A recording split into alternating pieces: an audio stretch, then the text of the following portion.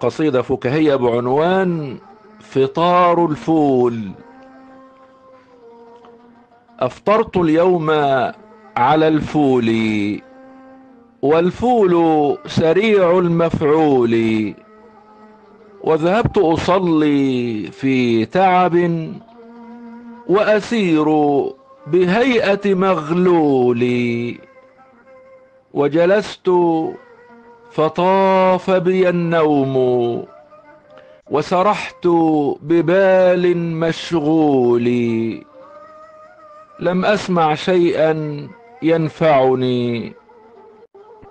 لم أتبع هديا لرسولي،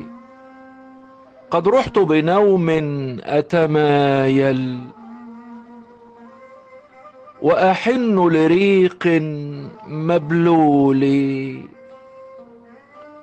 وصحيت وقد جف لساني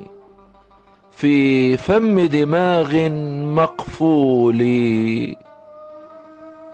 والشيخ يقول: ألا قوموا لصلاة